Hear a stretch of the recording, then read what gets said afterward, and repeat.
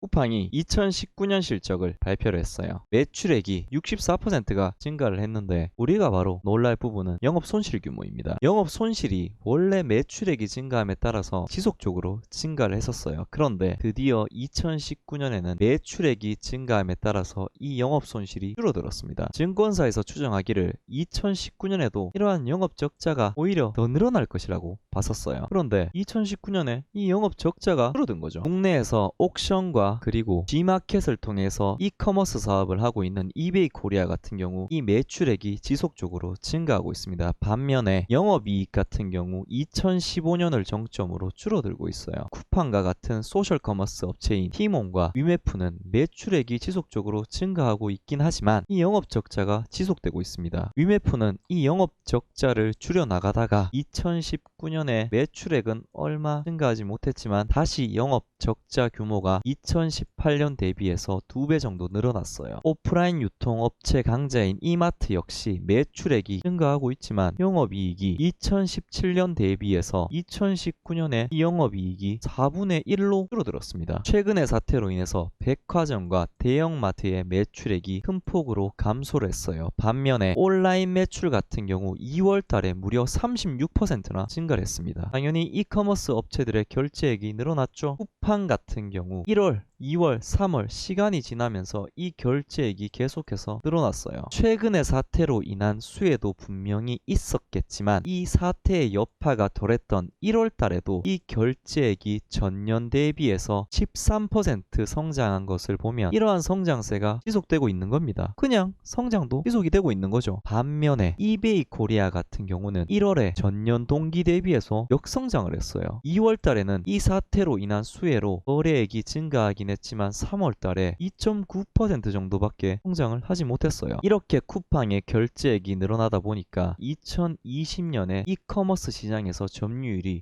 6.5%나 늘어나게 됩니다. 반면에 11번가, 옥션, 위메프, 티몬 같은 경우 시장 점유율이 줄어들었어요. 이 줄어든 시장 점유율을 쿠팡이 가져왔던 거죠. 쿠팡의 매출액이 늘어나면서 영업 손실 역시 계속해서 늘어났어요. 드디어 2019년에 이 영업 손실 적자 규모가 줄어들었습니다.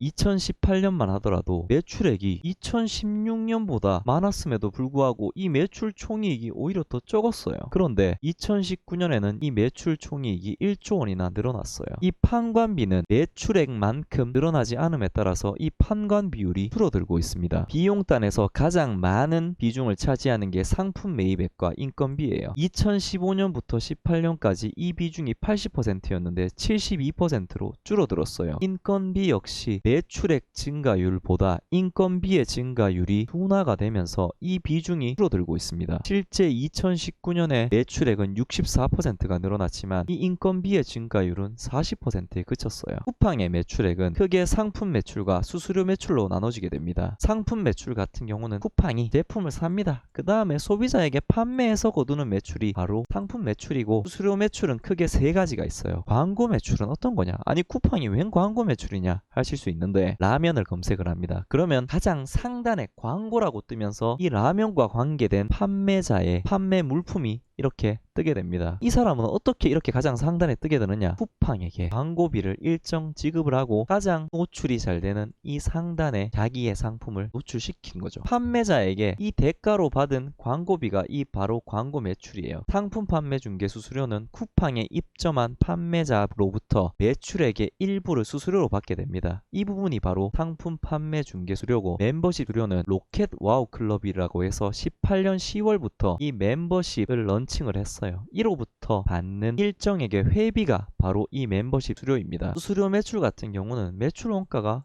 거의 없어서 이 비중이 증가하게 되면 GPM이 개선될 수 있는 거죠. 실제 상품 거래액 같은 경우는 그대로 상품 매출액으로 인식을 하게 되지만, 수수료 거래액 같은 경우는 판매자들의 매출액 중 10% 정도를 이 수수료 매출액으로 인식하게 됩니다. 수수료 매출액은 세 가지로 구성이 된다고 했는데 아직 광고 매출액이나 회원비는 유의미한 수준은 아니에요. 이번 영업 적자가 축소가 됐어요. 바로 이 영업 적자 축소는 규모의 경제가 나타나기 시작했다는 것으로 보여집니다. 2018년만 해도 직매입 상품의 GPM이 마이너스 수준이었어요. 역마진이었던 거죠. 2018년까지 쿠팡은 100원에 라면을 사서 90원에 팔았던 거죠. 이건 말도 안 되는 거죠. 거래액 증대를 위해서 무리하게 사업을 추진했던 거죠. 근데 2019년의 적자 감축은 GPM의 정상화 과정에 나타난 것으로 보여진다는 겁니다. 이제 더 이상 역마진이 아니라 일정 수준 마진을 남기는 걸로 돌아섰다는 거죠. 시장 점유율 확대를 위해서 과도한 상품 가격 할인을 정상화시킨 과정에서 이 GPM이 정상적으로 돌아왔다는 겁니다. 그리고 이번 GPM 개선 중 가장 큰 요인 중에 하나가 바로 쿠팡이 바잉 파워가 본격적으로 나타났을 것으로 보고 있습니다. 유통업체의 구매 볼륨이 커지면 제조사에 대한 협상력이 상승하게 됩니다. 그러면서 상품 구매 단가가 낮아지게 되는 거죠. 당연하겠죠. 옛날 같으면 쿠팡이 100개밖에 안 사니까 야 조금밖에 안 사니까 단가 싸게 못해줘 이랬는데 갑자기 쿠팡이 이제 막 10,000개씩 사다 보니까 이 상품 구매 단가가 낮아지게 되는 거죠. 제조사 입장에서도 쿠팡에 납품하게 되면 대규모의 판매처를 확보하는 동시에 쿠팡의 트래픽이 계속해서 증가함에 따라서 이 높은 매출 성장률을 기대할 수 있게 되는 겁니다. 2019년부터 본격적으로 광고 사업을 시작을 했는데 아니 쿠팡에 웬 광고 사업이냐. 페이스북 그리고 인스타그램 같은 경우 초기에 수익 성장 모델이 없어요. 그럼에도 불구하고 이런 업체들 같은 경우 나중에 트래픽이 굉장히 증가하게 되면 광고주들이 붙게 되는 겁니다. 당연히 사람들이 많이 오다 보니까 광고를 하려고 하는 거죠. 쿠팡도 트래픽이 증가함에 따라서 이 광고주들이 이 쿠팡에다가 광고를 넣게 됩니다. 이렇게 트래픽 증가로 인해서 광고 사업 매출도 증가하게 되는 거죠. 이 상품 판매 업체들 같은 경우 마케팅의 효과가 즉각적으로 나타나게 돼요. 쿠팡에 광고를 넣게 되면 판매 증가가 나타나더라. 이렇게 되면서 이커머스 플랫폼 내 광고를 광고주들이 선호하게 되는 겁니다. 실제 광고 시장 내에서 전통적인 역할을 했던 방송 또는 신문이나 잡지, 인쇄 분야의 이 비중이 줄어들고 있어요. 반면에 모바일 같은 경우 광고 시장에서 차지하는 비중이 계속해서 증가하고 있습니다. 트래픽이 증가해요. 광고 매출이 증가하게 됩니다. 트래픽이 증가하니까 광고주들이 붙겠죠. 판매 수수료도 증가하게 됩니다. 트래픽이 증가하니까 입점한 셀러들의 물품도 판매가 증가하게 되니까 당연한 거겠죠. 그리고 로켓 와우 회원 역시 증가하게 되면서 이 전체적인 수수료 매출이 증가하게 됩니다. 원가가 거의 없는 수수료 매출이 증가함에 따라서 2019년의 영업 손실 규모를 축소시킨 데 도움을 준 겁니다. 쿠팡에 자회사가 있는데 주목해 볼 만한 자회사가 바로 쿠팡 풀필먼트 서비스예요. 이 풀필먼트가 뭐냐? 제가 만약에 라면 사업을 합니다. 라면을 온라인 플랫폼에서 팔아요. 주문이 들어왔어요. 제가 라면을 박스에다 포장을 해놓고 기사님이 오셔서 집팔을 하고 분류를 하고 터미널과 수송이 되고 소비자에게 이 상품이 전달이 됩니다. 전통적인 택배 물류 프로세스에서는 제가 담당하는 부분이 있었어요. 근데 풀필먼트에서는 제가 담당하는 부분이 없어지게 됩니다. 풀필먼트 서비스는 그냥 제가 라면 사업을 하면 라면을 그냥 여기 풀필먼트 서비스 업체에다 보내면 됩니다. 그러면 여기서 재고 관리 해주고 최종 소비자에게 배송하기 위한 라스트 마일까지 물류에 대한 모든 부분을 책임을 져주는 겁니다. 2017년만 해도 이 매출액이 아직 적어서 당기순이익이 적자를 기록을 했는데 2018년부터 흑자로 돌아서기 시작했습니다. 매출액이 4배나 늘어났으니까 이 당기순이익이 흑자로 돌아선 거죠. 근데 2019년에 매출액이 별로 증가하지 않았어요. 근데 이 당기순이익 흑자 규모가 4배나 증가를 했습니다. 쿠팡을 이용하는 가장 강력한 이유가 바로 빠른 상품 배송이에요. 다른 업체들 같은 경우 이게 없어요. 다양한 혜택과 이벤트, 저렴한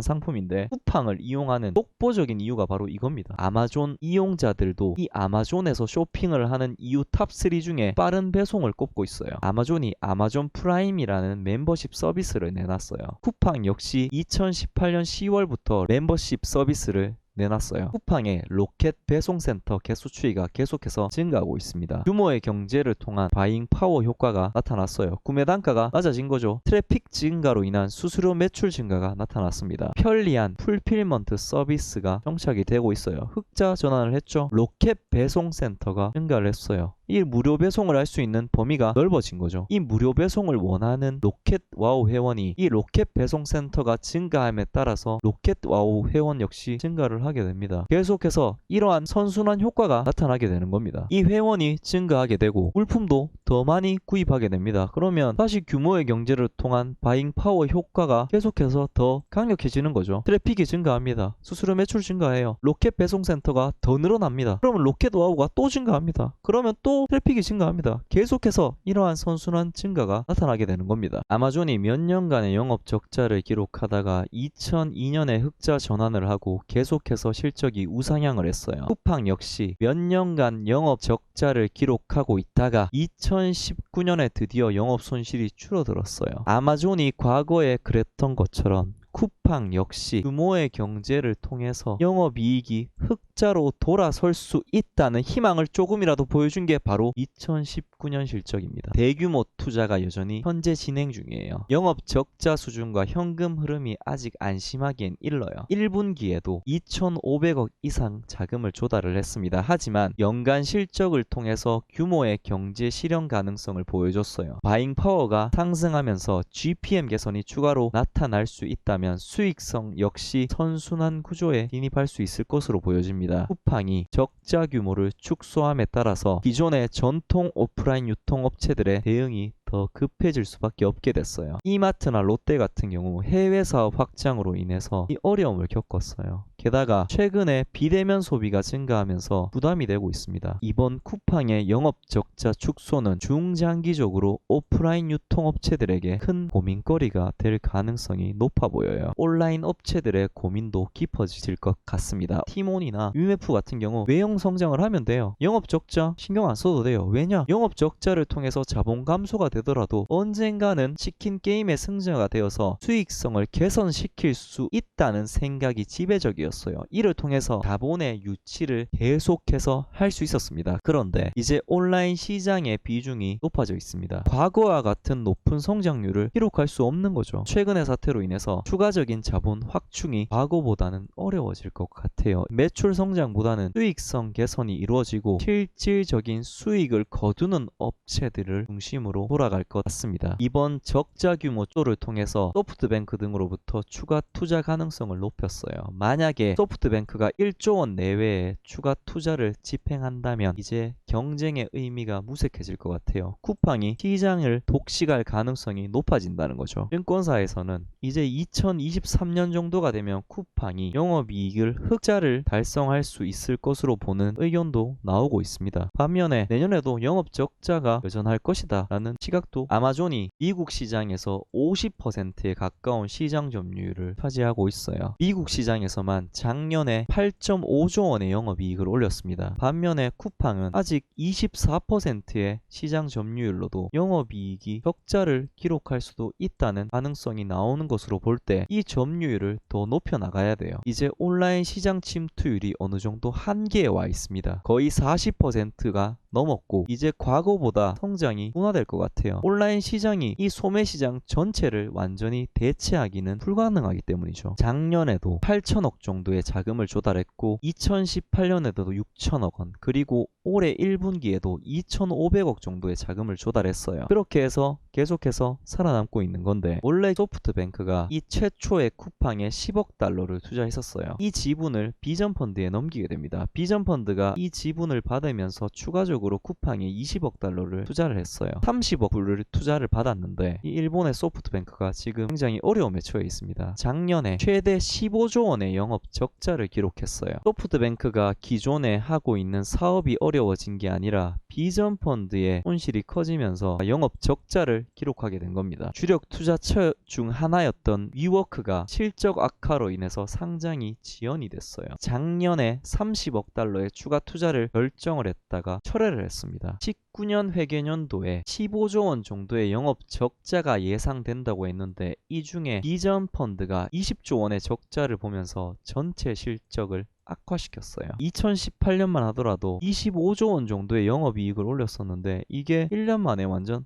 바뀌어버린 거죠. 소프트뱅크가 50조 원 정도의 자산을 팔아서 자사주 22조 원 정도를 매입하겠다고 밝혔어요. 하지만 이 전반적으로 손정희 투자 방식에 대한 의구심이 굉장히 커진 상황입니다. 추가적인 쿠팡의 투자 유치 자체가 어려워 보여요. 네, 여기에다가 쿠팡의 가장 큰 강점이었던 로켓 배송이 위협을 받고 있습니다. CJ 대한통운이 풀필먼트 서비스를 오픈을 했어요. 이제 이길 배송이 가능하다는 겁니다. 가장 쿠팡의 큰 강점이었던 이 로켓 배송이 CJ를 통해서도 이루어지는 거죠. 이제 네이버나 기타 다른 업체들도 쿠팡의 로켓 배송 서비스를 CJ를 통해서 이용을 할 수 있는 겁니다. 이커머스 시장 자체가 낮은 가격을 내세우는 업체들, 로켓 배송을 내세운 쿠팡 간의 대결이었다면 이제는 이길 배송이 가능해져서 더 이상 쿠팡만의 배타적인 서비스가 아니게 된 거죠. 주요 투자자인 비전펀드의 상황이 좋지가 않아요. 그래서 추가적인 투자가 어려울 것 같습니다. 2021년에 쿠팡이 상장을 준비하고 있다는 보도가 나왔어요. 저는 이 보도를 보면서 이제 비전펀드가 쿠팡에 추가 투자하기보다는 자금 회수를 선택한 것 아니냐 하는 개인적인 생각이 들었어요. 이제 비전펀드가 출구 전략 계획을 IPO를 통해서 계획을 세워둔 거죠. 만약 이러한 출구 전략 계획이 맞다면 비전펀드의 출구 전략 성공을 위해서 이 상장가를 높여야겠죠. 성공적인 IPO를 위해서 올해도 쿠팡의 실적이 물론 적자이긴 하겠지만 조금이라도 개선이 되지 않을까라는 생각이 듭니다. 저는 오늘 여기까지입니다. 감사합니다.